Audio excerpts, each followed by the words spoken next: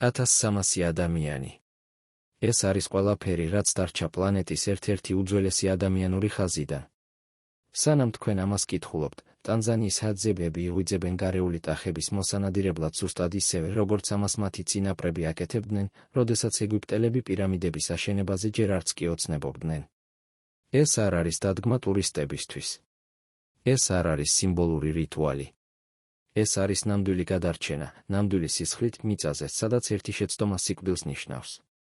და მსოფლიომ არც კი იცის მათი არსებობის შესახებ. თუ თქვენ გატაცებული ხართ გარეული ცხოველებით და ნამდვილი დოკუმენტური ფილმებით, ნუ დატოვებთ ამ ვიდეოს. ასწრაფე ბოლომდე გამოიწერეთ არხი ახლავე და დააკომენტარეთ საიდან უყურებთ. მზე ჯერ კიდევ არ ამოსულა ლაიგოვი ესეზე, როდესაც გერუთვალებს სახელს. არ არსებობს მაღვიძარა. არ არსებობს მობილური ტელეფონი, რომელიც ვიბრირებს საწოლის ტუმბოზე. სხეულმა უბრალოდ იცის, რომ დროა. 40,000 წლის გენეტიკურმა მეხსიერებამ დააპროგრამა ეს გაღვიძება ზუსტად იმ მომენტში, როდესაც სიბნელე იწყებს ადგილის დათმობას ჰორიზონტზე ნაცრისფერის პირველი ტონებისთვის. გრუ დგება თავისი ქოხიდან, რომელიც ტოტებისგან, ფოთლებისგან და მშრალი ბალახისგანაა დამზადებული, სტრუქტურა, რომელიც შეიძლება 2 საათზე ნაკლებ დროში აიგოს და მეორე დღეს ყოველგვარი სინანულის გარეშე მიიტოვოს. ჰაძებები არ ეჯაჭვებიან ადგილებს. ისინი ეჯაჭვებიან მხოლოდ იმას, რაც სიცოცხლეს ინარჩუნებს. აკვირდება მის გარშემო არსებულ სცენას. ველდურევთ კილომეტრებზეა გადაჭიმული ყველა მიმართულებით, სავანის პეიზაჟი მოფენილია დაგრეხილი აკაციებითა და გიგანტური ბაობაბებით, რომლებიც თითქოს რომელიღაც გაფანტულმა ღმერთმა თავდაკერა დარგო. ტემპერატურა ჯერ კიდევ დაბალია, ალბათ 15 გრადუსი და ღამის ტენიანობამ ყველაფერზე ნამის თხელი ფენა დატოვა. რამდენიმე საათში თერმომეტრი 35 გრადუსზე მეტს აჩვენებს, რაც ყოველ მოძრაობას გამძლეობის ვარჯიშად აქცევს. ნადირობის ფანჯარა ვიწროა. ის უნდა იქნას გამოყენებული. გრუ მიდის იქ, სადაც თავის იარაღებს ინახავს. მიუთედკოს ხის მშვილდი, ადგილობრივი ხე, რომლის ბოჭკოც საკმარისად მოქნილია იმისთვის, რომ გატეხვის გარეშე მოიხაროს, მაგრამ საკმარისად გამძლეა იმისთვის, რომ ენერგია დაპრესილი ზამბარასავით შეინახოს. მეცნიერებმა, რომლებიც სწავლობდნენ ჰაძებებს, გაზომეს ამ მშვილდის ბოლომდე მოსაზიდად საჭირო ძალა. 311 ნიუტონი. ეს დაახლოებით ზრდასრული მამაკაცის სხეულის წონის 70%-ის ტოლფასია. წარმოიდგინეთ, რომ ცალი ხელის თითებით გიჭირავთ 30 კილოგრამიანი ცემენტის ტომარა და ინარჩუნებთ სტაბილურ პოზიციას, სანამ 30 მეტრის მანძილზე მოძრავ სამიზნეს უმიზნებთ. სწორედ ამას აკეთებს გრუ ყოველ დილით. ისრები მოთავსებულია ტყავის პატარა კონტეინერში. არსებობს 3 განსხვავებული ტიპი, თითოეული სპეციფიკური ფუნქციით. ცეცხლზე გამაგრებული ხის სვერიანი ისრები ფრინველებისა და პატარა ცხოველებისთვისაა. ნაჭედი ლითონის სვერიანი ისრები, რომლებიც დამზადებულია მეზობელ ტომებთან გაცვლილი ძველი ლურსმნებისა და ხელსაწყოებისგან, მცირე ანტილოპებისთვისაა. მაგრამ დღეს გრუ სხვას ეძებს. ის ირჩევს მოწამლულ ისრებს, რომლებსაც ლითონის სვერის ქვემოთ შავი და წებოვანი ნივთიერება აქვთ. დღეს ის გარეულ ტახზე მიდის. ფიქრობს სიტუაციაზე ერთი წამით. 60 კილოგრამიანი მამაკაცი, შეიარაღებული მხოლოდ მოხრილი ხის ნაჭრით და რამდენიმე წვეტიანი ჯოხით, აპირებს დაუპირისპირდეს ცხოველს, რომელიც შეიძლება 150 კილოგრამს იწონიდეს, საათში 48 კილომეტრს გარბოდეს და ჰქონდეს მოხრილი ეშვები, რომლებსაც ხორცის დაგლეჯა ყასპის დანასავით შეუძლიათ. ზრდასრული ტახის ქვედა ეშვები სამართებელივით ბასრი იზრდება და 15 სანტიმეტრს აღწევს. ზედა ეშვები, კიდევ უფრო შთამბეჭდავი, ძველ მამრებში 60 სანტიმეტრს აღწევს და ძვლის ხლებივით ზემოთ არის მოხრილი. პირდაპირმა დარტყმამ მუცლის არეში შეიძლება ადამიანი წამებში გამოფათროს. როგორ განიხილავს ვინმე საერთოდ ამ შესაძლებლობას? პასუხი შხამშია. ჰაძებები ფენჯიკოს უწოდებენ ნივთიერებას, რომელიც მიიღება უდაბნოს ვარდისგან, სუკულენტური მცენარისგან ვარდისფერი ყვავილებით, რომელიც ლაიგოვი ესის გარშემო რამდენიმე ადგილას იზრდება. დამზადების პროცესი ხანგრძლივი და საშიშია. პირველ რიგში მცენარის ტოტებს ჭრიან და ნაყავენ, სანამ არ წარმოიქმნება ნოტიო რბილობი. შემდეგ ამ რბილობს ცურავენ რძისებრი წვენის მისაღებად, რომელიც შეიცავს კარდიოგლიკოზიდებს, ქიმიურ ნაერთებს, რომლებიც ხელს უშლიან გულის მუშაობას. შემდეგ სითხეს ნელა ადუღებენ თიხის ქოთანში, სანამ მთელი წყალი არ აორთქლდება და არ დარჩება შავი და ბლანტი ნარჩენი, ფისის მსგავსი. ჰაძებლებმა ასევე ჩამოაყალიბეს არაჩვეულებრივი ურთიერთობა პატარა ნაცრისფერ ყავისფერ ფრინველთან, რომელსაც თაფლის მაჩვენებელს უწოდებენ. როდესაც მონადირეს სკას პოვნა სურს, ის გამოსცემს სპეციფიკურ სტვენას ან განსაკუთრებული რიტმით ურტყამს ხის ტოტებს.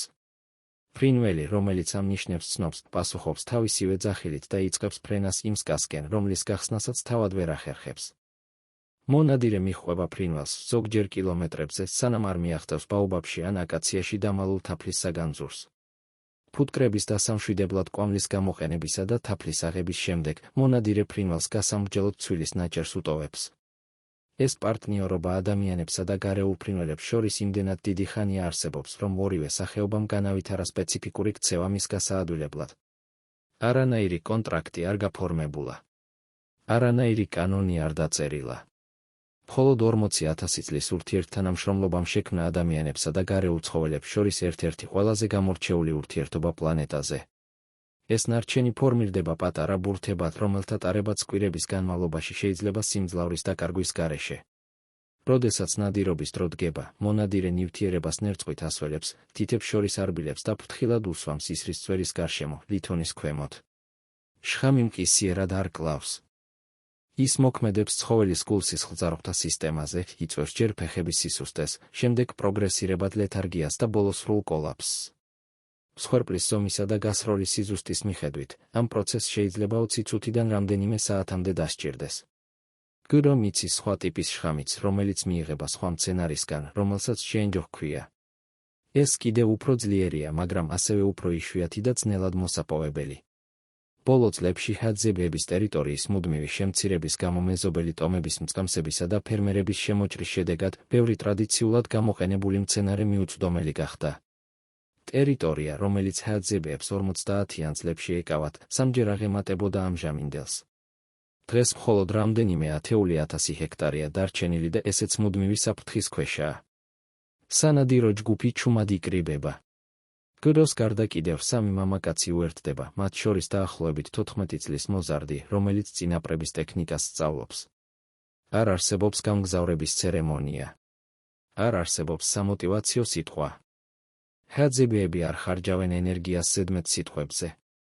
კომუნიკაცია ხდება მზერით, დახვეწილი ჟესტებით და საერთო გაგებით, რომელიც მოდის ერთად ცხოვრების, წილისა და ნადირობის ათწლეულებიდან. ისინი მიემართებიან წყლის ცნობილი წერტილისკენ, სადაც ტალახში არსებული ნაკვალევი მიუთითებს, რომ ტახები ღამით აქ იმყოფებოდნენ. მშრალი სეზონი ცხოველებს წყლის რამდენიმე დარჩენილი წყაროს გარშემო აკონცენტრირებს, რაც ნადირობას უფრო პროგნოზირებაც, მაგრამ ასევე უფრო საშიშს ხდის. მტაცებლებმა ეს იციან. ტახებმაც იციან. წყლის დასალევად ყოველი ვიზიტი ნერვების თამაშია, სადაც ნებისმიერი უცხო ხმა შეიძლება ნიშნავდეს განსხვავებას წყურულის მოკლასა და სადილად ქცევას შორის. მონადირეები გაფანტული ფორმაციით მოძრაობენ, ინარჩუნებენ საკმარის დისტანციას ფართო არეალის დასაფარად, მაგრამ საკმარისად ახლოს არიან ერთმანეთთან დაბალი სტვენით კომუნიკაციისთვის. ნიადაგი მათ ფეხქვეშ მშრალი მიწისა და მოშვებული ქვების ნარევია, რაც მუდმივ ყურადღებას მოითხოვს. ერთი არასწორი ნაბიჯი, არასწორ დროს გატეხილი ტოტი და მთელი ნადირობა ჩაიშლება. ჰაძებებმა ათასწლეულების განმავლობაში განავითარეს სიარულის ფორმა, რომელიც სხეულის წონას სხვანაირად ანაწილებს, რაც თითქმის უხმო მოძრაობის საშუალებას იძლევა რთულ რელიეფზეც კი. მოზარდი აკვირდება უფროსების ყოველ მოძრაობას. მას არ მიუღია სიტყვიერი ინსტრუქციები. არავინ დამჯდარა მასთან ნადირობის თეორიის ასახსნელად. სწავლა ხდება დაკვირვებითა და მიბაძვით, მეთოდი, რომელიც იდეალურად მუშაობდა 400 საუკუნის განმავლობაში სახელმძღვანელოებისა თუ საკლასო ოთახების საჭიროების გარეშე. როდესაც ის შეცდომას დაუშვებს, ამას სხვების მზერით მიხვდება. როდესაც სწორად მოიქცევა, მიიღებს მოწონების თითქმის შეუმჩნევლ დაქნევას. ეს არის მთელი ფორმალური განათლება, რაც ახალგაზრდა ჰაძებს სჭირდება. რატომ არ დაიკარგა ეს ცოდნა, როგორც ეს მოხდა ბევრ სხვა კულტურაში მთელ მსოფლიოში? პასუხი ჰაძებების უნიკალურ სოციალურ სტრუქტურაშია. პრაქტიკულად ყველა სხვა ადამიანური საზოგადოებისგან განსხვავებით, მათ არ განუვითარებიათ იერარქიები. არ არსებობს ბელადი. არ არსებობს უხუცესთა საბჭო გადაწყვეტილების მიღების უფლებით. არ არსებობს კერძო საკუთრება ტრადიციული გაგებით. თითოეული ინდივიდი თავისუფალია წავიდეს და მოვიდეს, როცა მოუნდება, ინადიროს იქ, სადაც ამჯობინებს და არ დაეთანხმოს ნებისმიერ წინადადებას დასჭის შიშის გარეშე. გადაწყვეტილებები, რომლებიც ჯგუფზე მოქმედებს, მიიღება კონსენსუსით ღია დისკუსიების საშუალებით, სადაც ბავშვის ხმას თეორიულად იგივე წონა აქვს, რაც გამოცდილი მონადირის ხმას. ეს რადიკალური თანასწორობა ვრცელდება საკვების განაწილებაზეც. როდესაც მონადირე დიდ მსხვერპლს კლავს, ის არ არის ამ ხორცის მფლობელი. მთელ საზოგადოებას ავტომატურად აქვს წილის უფლება. თავად მონადირემ შეიძლება მიიღოს იდენტური ან უფრო მცირე პორცია, ვიდრე ჯგუფის სხვა წევრებმა. ეს პრაქტიკა, რომელსაც ანთროპოლოგები საჩუქრის ეკონომიკას უწოდებენ, გამორიცხავს ყოველგვარ უპირატესობას იმაზე მეტის დაგროვებაში, რაც საჭიროა დაუყოვნებლივი მოხმარებისთვის.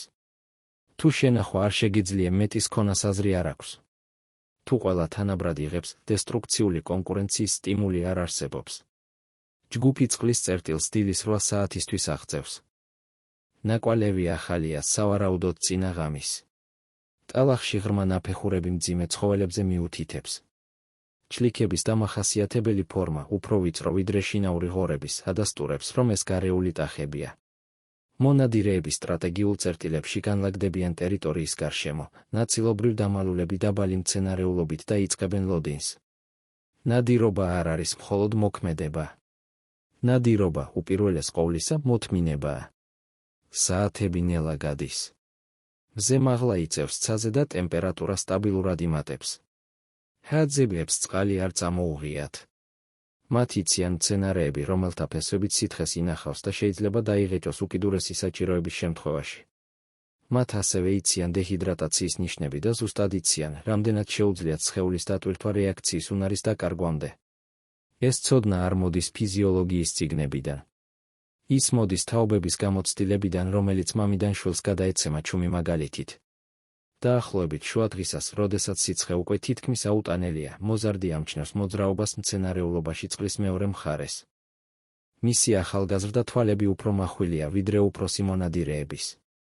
ის ადგილზე შეშდება, სუნთქვას აკონტროლებს და გამოსცემს ძალიან დაბალ სტვენას, რომელიც ძლივს გაირჩევა ფოთლებში ქარის ხმისგან.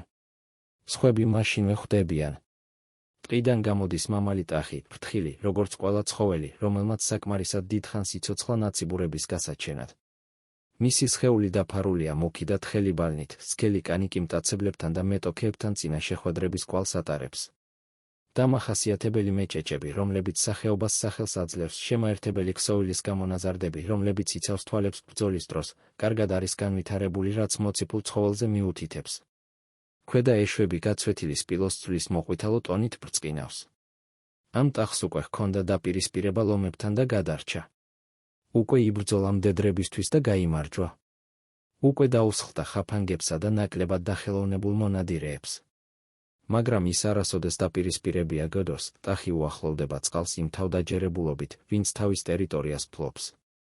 ის ჩერდება წყლის პირას, სწევს დინგს ჰაერის დასაყნოსად, ატრიალებს ყურებს ყველა მიმართულებით საეჭვო ხმების საძიებლად. ჰაძებიები აბსოლუტურად უძრავად რჩებიან. ქუთუთოც კი არ იტოკებს. 10 წლეულების განმავლობაში განვითარებული სხეულის დისციპლინა საშუალებას აძლევს მათ გააკონტროლონ უნებლი რეფლექსებიც კი, რომლებიც ჩვეულებრივ გასცემდნენ ჩასაფრებული მტაცებლის არსებობას. აფასებს მანძილს მონადირესა და მსხვერპლს შორის. დაახლოებით 25 მეტრი. გდოს მოწამლული ის არის, როდესაც სრული ძალით არის ნასროლი, წამში 45 მეტრ სიჩქარეს აღწევს. ეს უფრო სწრაფია, ვიდრე მანქანების უმეტესობა საცხოვრებელ ქუჩაზე. კინეტიკური ენერგია დარტყმის მომენტში დაახლოებით 37 ჯოულია, საკმარისი სქელტყავში შესახტევად და კუნთო ან ქსოვილამდე ან იღბლის შემთხვევაში რომელიმე სასიცოცხლო ორგანომდე მისაღწევად. მაგრამ სიჩქარე და ენერგია არაფერს ნიშნავს სიზუსტის გარეშე. ტახი თავს ხრის დასალევად. ეს არის მაქსიმალური დაუცველობის მომენტი. თვალები დროებით დაფარულია, თავის ქალის სტრუქტურით, ყურადღება გადატანილია წყურულის მოკლაზე. გდოს წევს მშვილდს დინამიური მოძრაობით, რომელიც თითქოს შენელებულ კადრში ხდება.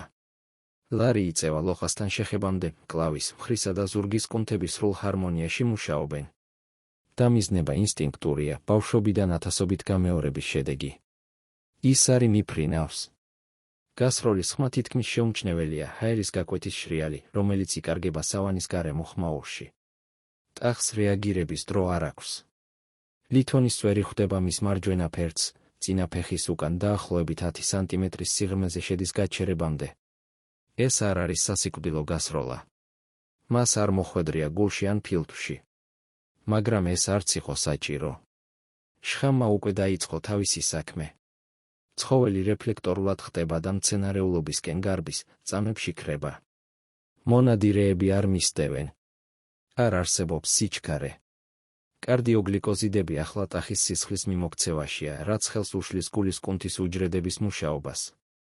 გაქცევისგან აჩქარებული გულის ყოველი დარტყმა უფრო მეტ შხამს ანაწილებს ორგანიზმში. სირბილი მხოლოდ აჩქარებს პროცესს. გდო მშვიდად დგება და მიდის იმ ადგილას, სადაც ის არის მოხვდა ცხოველს. მიწაზე სისხლის ლაქები მიუთითებს გაქცევის მიმართულებაზე. სისხლის ფერი, კაშკაშა წითელი პატარა ბუშტუკებით მიანიშნებს, რომ ისარმა შესაძლოა ფილტვს გაჰკრა. თუ ეს ასეა, ცხოველი უფრო სწრაფად დაეცემა. თუ არა, შეიძლება 1 ან 2 საათი დასჭირდეს.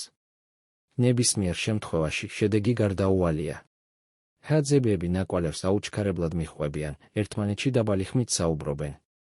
მოზარდი პირველად სვამს კითხვებს, მიუთითებს ნიშნებზე მიწაზე, გატეხილ ტოტებზე, წითლად შეღებილ ფოთლებზე. უფროსები პასუხობენ მოკლე განმარტებებით, პრაქტიკული დემონსტრაციებით, დახვეწილი შესწორებებით. ეს არის საკლასო ოთახი. ეს არის სასწავლო პროგრამა. სისხლი, ნაკვალევი და სიჩუმე. დაახლოებით 40 წუთის სიარულის შემდეგ ტახს ბუჩქის ქვეშ მწოლიარეს პოულობენ, მძიმედ სუნთქავს, თვალები გაშტერებული აქვს. შხამაში ასრულა თავისი ფუნქცია. ცხოველი ჯერ კიდევ ცოცხალია, მაგრამ აღარ აქვს ძალა გასაქცევად ან თავდასასხმელად. გრუ პატივისცემით უახლოვდება. მის მზერაში არ არის სისასტიკე, მხოლოდ იმის აღიარება, რომ ეს არსება მალე გადაიქცევა სიცოცხლედ მისი საზოგადოებისთვის. საბოლოო დარტყმა სწრაფი და ზუსტია. ლითონის დანა, რომელიც ასევე მეზობელ ტომებთან გაცვლით არის მოპოვებული, გადის ცხოველის საუღლე ვენაში და წამებში ასრულებს მის ტანჯვას. სისხლი, რომელიც მოედინება, გროვდება თავად ნიადაგში გაკეთებულ ღრუში. არაფერი დაიხარჯება. ის, რაც შემდეგ ხდება, უფრო მეტს ამბობს ჰაძებებზე, ვიდრე მათი ნადირობის ტექნიკის ნებისმიერი აღწერა. პირველ რიგში იღებენ ღვიძლს და მაშინვე წვავენ იმპროვიზებულ ცეცხლზე. ეს არის ერთადერთი მომენტი, როდესაც მონადირეები ჭამენ საკვების ბანაკში მიტანამდე. ღვიძლი მდიდარია საკვები ნივთიერებებით, რომლებიც ახლად უნდა იქნას მიღებული და ტრადიცია განსაზღვრავს, რომ მონადირეებს აქვთ ამ პორციის უფლება ნადირობისას გაწეული ძალისხმევის აღიარების ნიშნად. მაგრამ აქაც კი დაყოფა თანასწორუფლებიანია. 4-ვე მამაკაცი იღებს იმავე ზომის ნაჭერს, მიუხედავად იმისა, თუ ვინ გაისროლა საბედისწერო ის არის. შემდეგ ხდება გვამის მომზადება ტრანსპორტირებისთვის. ტყავი ფრთხილად იხსნება, რათა მოგვიანებით გამოყენებულ იქნას ტანსაცმლის, თოკებისა და კონტეინერების მასალად. შინაგანი ორგანოები კატეგორიებად იყოფა. ზოგიერთი, როგორიცაა გული და თირკმელები, განაწილდება ბანაკის ყველა ოჯახს შორის. სხვები, რომლებსაც ეფიმ ჰქვია, დაცულია სპეციფიკური რიტუალებისთვის, სადაც მხოლოდ ინიცირებულ ზრდასრულ მამაკაცებს შეუძლიათ მონაწილეობა. ხორცი იჭრება მოსახერხებელ ნაჭრებად და ნაწილდება მონადირეებს შორის უკან წასაღებად.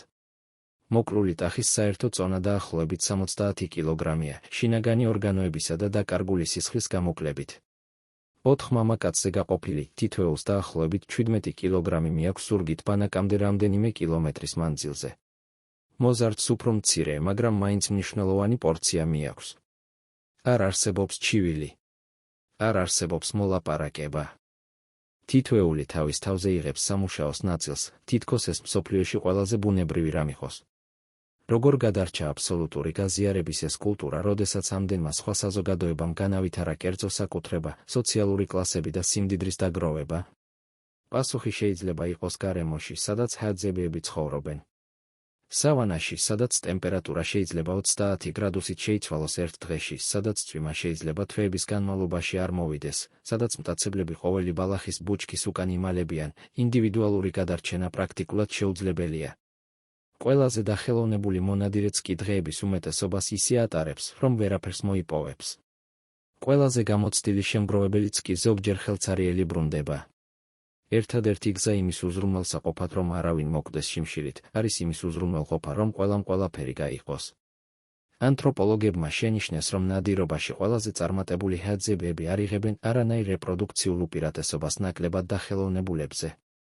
მეტი შვილის ყოლა, მეტი პარტნიორის დაგროვება ან უფრო დიდხანს სიცოცხლე არ არის კორელაციაში იმ ხორცის რაოდენობასთან, რომელიც მამაკაცს მოაქვს ჯგუფისთვის. კარგი მონადირეობის ერთადერთი სარგებელი სხვების პატივისცემა, სოციალური ვალუტა, რომლის შენახვა, ცეცხლება ან მემკვიდრეობით გადაცემა შეუძლებელია. ჯგუფი ბანაკში გვიან-ნაშუა დღეს ბრუნდება. ქალები და ბავშვები უკვე შეკრებილან, ამზადებენ ცეცხლს და აწესრიგებენ დღის განმავლობაში შეგროვებულ ტუბერებსა და ხილს.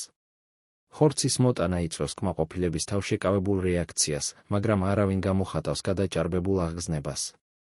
ჰაძებები ემოციურ ტრაბახს ისეთივე შეუფერებლად მიიჩნევენ, როგორც მატერიალურ ტრაბახს.